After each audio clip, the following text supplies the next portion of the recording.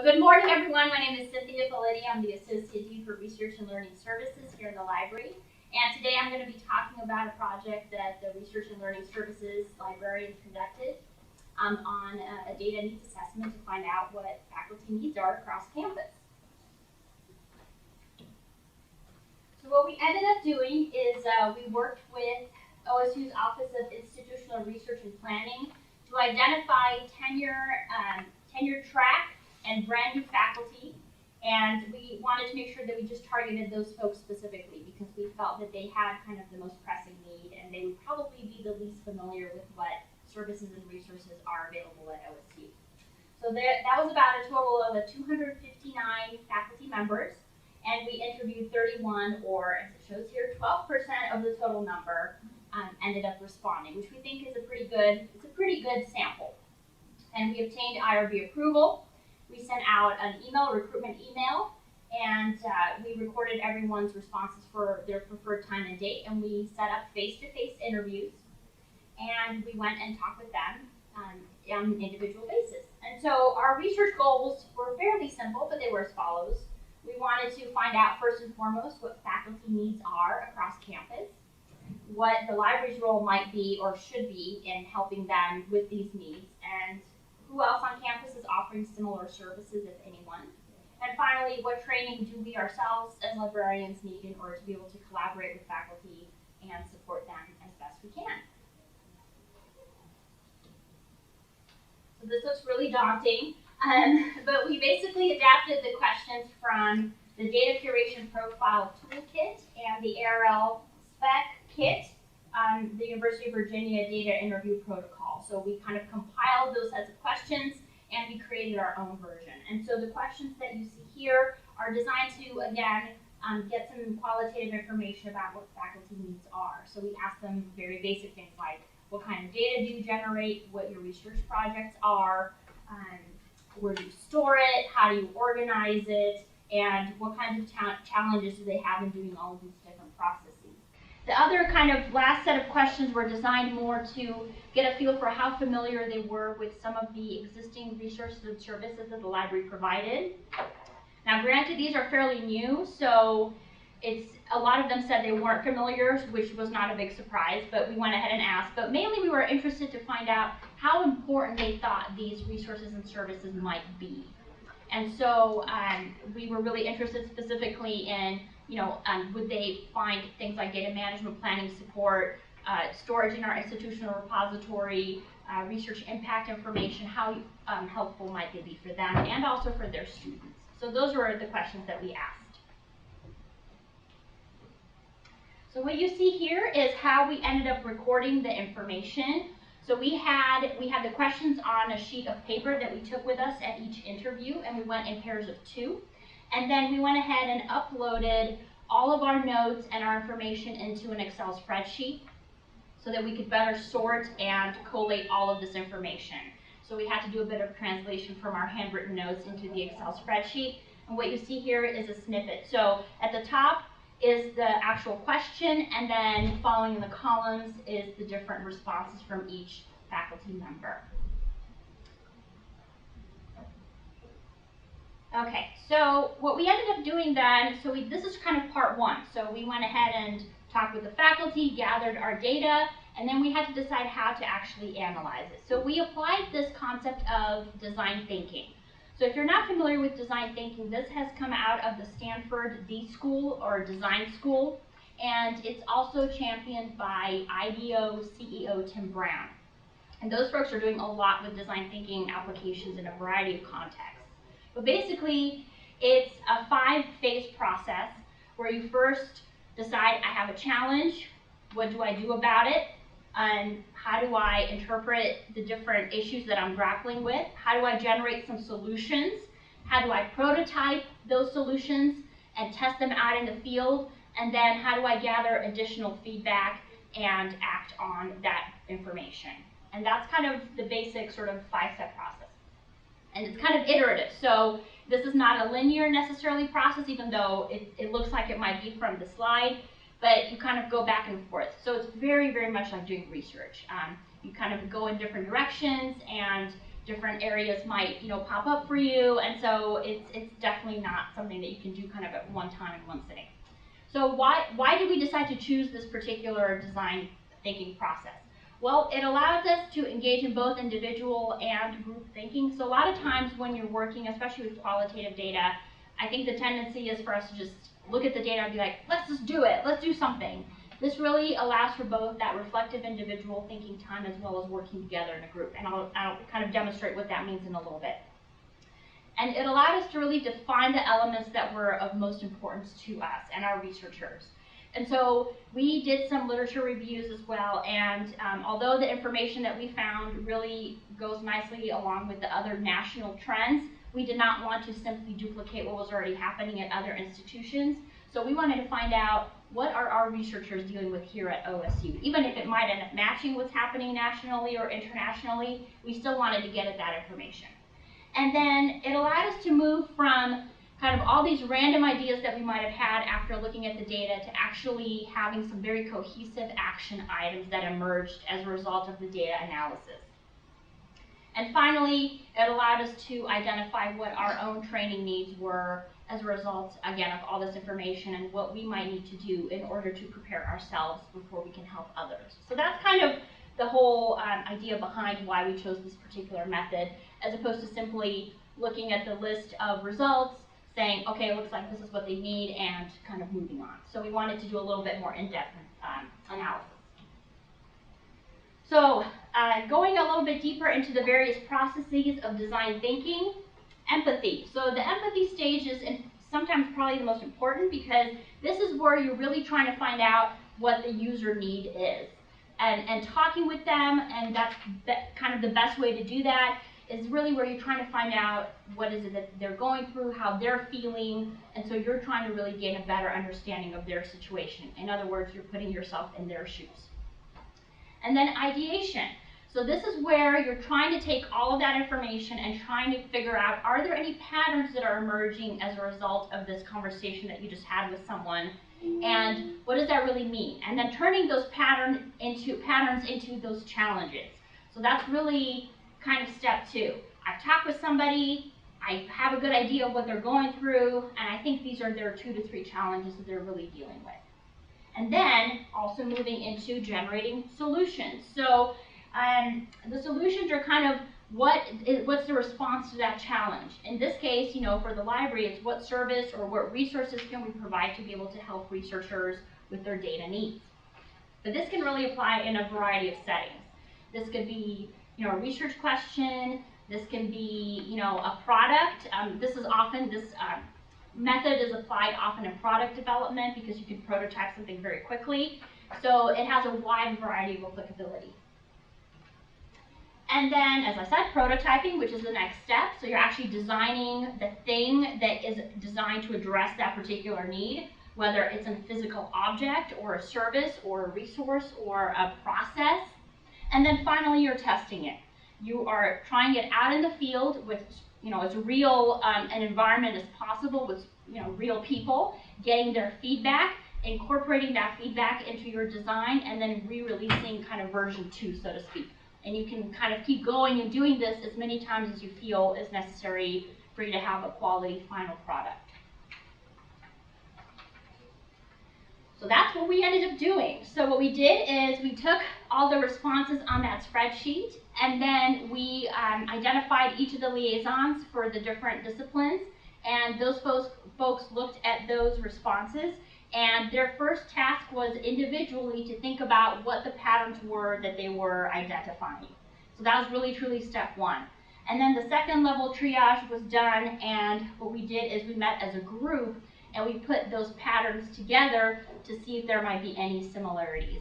And lo and behold, there were. So that made things very, very easy for us to determine what kind of the broad level challenges were. So, and then what we did is we decided to say, okay, so that's step 1, talk to people, collated information, found the patterns, how do we generate these solutions? So this is where kind of I think the power of design thinking occurs. So you really want to frame challenges into how might we question. So for example, you might be able to say, how might we help faculty write a quality data management plan. And that is kind of your driving question that then allows you to come up with an answer or a solution. So draw and be visual, so we really encourage people to not really think about any constraints, and all ideas on the table at first. So no limitations in terms of feasibility or structure or infrastructure or money, kind of sky's the limit. What is the most ideal solution for this particular problem? And what we did then is we looked at each idea, and from here on, you kind of start to think about, okay, getting it back into sort of the real world. What is feasible? What is possible? What can we actually accomplish with the information that we have? And so this is the time when you start thinking about what your challenges are, what might be some barriers towards implementation, and then thinking about who can we partner with and how can we work with those folks. And I think the last point is kind of the most important one, is letting go of some things. So I think as researchers, we have a tendency to say, I want to solve all the problems for everyone with everything. And that's just not realistic. So a big part of design thinking is helping you identify things that are simply too difficult to either implement or work through, and say, you know what, we're going to set those aside for now and focus on these other things. So this is our brainstorming process. The picture on the left that you see there is our identifying our challenges. So what we ended up doing is we literally wrote each challenge on our Post-it notes, and then we identified, it's really hard to see, but it's a sharing, storage. So those are our broad level categories for the different patterns that we identified. And then under each one, we added all the Post-its that kind of have the subcategories or the sub-points. And then here you see is what it looks like when, in my lovely handwriting, what it looks like when we started to brainstorm some solutions to those particular challenges. So we took this one, the category is training and support. So we took each of those major headings, and once we had identified the challenges, we started generating solutions for each one of those. So what were the results? And I have to thank Bonnie Kane-Wood, because she created this lovely infographic for us to help us kind of look at the data. So again, no surprise, this is really keeping in line with national trends. Awareness of existing campus resources and services is rocky. We decided to go with kind of a rock climbing water theme. So there's just not much awareness about how to write a DMP. A lot of these folks have not either written one or have done one but weren't quite sure how to write one. And then very little awareness of what existing services and resources are available. There's also a lot of question about data sharing. So there's a lot of concern about making data sets public for new granting guidelines. And then there's also kind of trepidation about, how do I cite other people's data sets? How do they cite mine? So making sure that that information is used ethically. And then what do we do with the Sea of Data Part 1? Data organization is also a challenge. A lot of the faculty that we talked with not that they didn't have an organizational structure, but they weren't quite as purposeful as they might have been in creating, kind of a README file or some kind of guiding document to show how their data is organized, especially keeping in mind that if you had to go back to this data, let's say 10 years from now, would somebody still understand what that file name meant? And then finally, storage is a huge issue. Most of the faculty we spoke with store their data on hard drives or on laptops or computers or in actual physical format. They did not either need or were aware of any kind of more centralized storage options for them. And because most of their data sets were fairly small, well under a terabyte, mostly in the gigabyte area, they felt that those particular storage options were the best for what they needed. So what did we do? So we came up with 3 levels of priority in terms of identifying solutions to address all of these different needs. So the first one is priority level 1, which we kind of identified as sort of the most pressing and not necessarily the simplest, but sort of the easiest thing to start thinking about. So what we wanted to do is link to already existing data about repositories or different storage options. So basically what's already available out there that other institutions have done that we can point to, which makes sense. We also wanted to, and we're in the process of doing this, joining the Center for Open Science and creating an OSU landing page to assist with, again, some data storage and some project management platforms. Develop a library or institutional policy for our institutional repository, ShareOK, where we are now allowing uploading of data sets, of finalized completed data sets, and creating researcher profiles that will provide a complete picture about that person's research and linking to the appropriate content. And then, and I think this is a really important one, is creating some sort of campus-wide presence that really organizes all of these efforts on a central level. So everything from making sure that we have the cyber infrastructure in place to support all of these different needs, to providing organized and centralized training, consultations, referral network. So again, kind of synthesizing everything into one central location. And that's something that we really think is important to do. Priority 2 and 3 are shorter and smaller, but they're a little bit more difficult to effectuate. So we were thinking about possibly developing a training exchange program with other institutions and offering a certificate or some kind of a similar incentive for faculty to participate, but basically kind of beefing up our training efforts. So we only have so many, folks that are here and available to help. Kind of how can we magnify that support and be able to assist our faculty on a broader scale. And then providing training for both graduate and undergraduate students. We know that research is becoming more and more of a priority for undergraduate education, and so making sure that students also are not forgotten in this equation. Priority level 3, we would love to hire a data specialist position, but budgets the way they are might not be a reality, but that's something we definitely want to aim for in the future. And then integrating data information literacy as part of the curriculum, making it, again, a very purposeful integration where it makes sense. And then really working with the rest of the campus on providing a way for us to have these discussions in an organized way. So do some kind of forum or symposium that might bring researchers on campus together and to start these conversations to kind of figure out what's going on. Possibly a data conference to talk about it on a regional level, and kind of seeing what's there. So those are some of the things that we identified. So, okay, honestly, they're not earth-shattering, but what this process really allowed us to do is a couple different things. It allowed us to develop internal training for our outreach and our own efforts. So we have a workshop series. It's an on-demand workshop series that is growing. We are also doing training for our liaison librarians on how to do like a data consultation.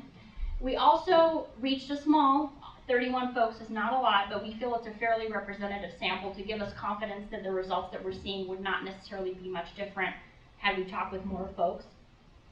And allowed us to make deeper connections. So we spent, although the initial interview time allotted was about 30 minutes, we ended up spending a lot longer with each faculty member because we got into really in-depth conversations about what their questions were, what the issues were. So it really allowed us to kind of do a little bit of marketing about existing services and resources and hear more about what their research is doing.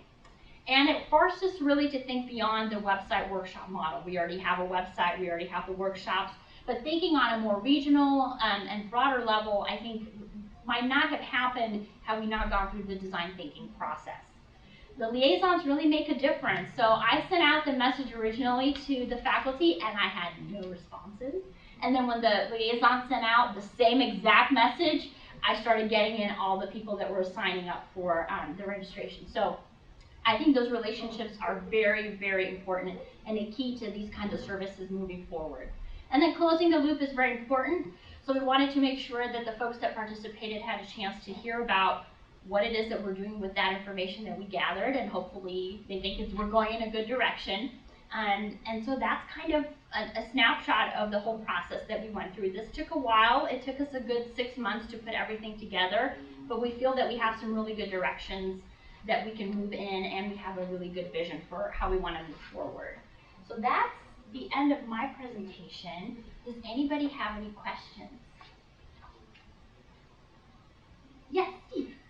Did you, we were able to contact at least one faculty member from each of the colleges, correct? Yes, okay. That is correct. And I didn't put the list here on the PowerPoint, but we had folks from history, zoology, integrated biology, engineering, human sciences. I mean, we had a really broad spectrum, and that's a good point, and I can include that, the disciplines that were covered, but I think we pretty much hit everybody. Yep. Do we want to expand as we go and include graduate students? Because they seem kind of like a target population.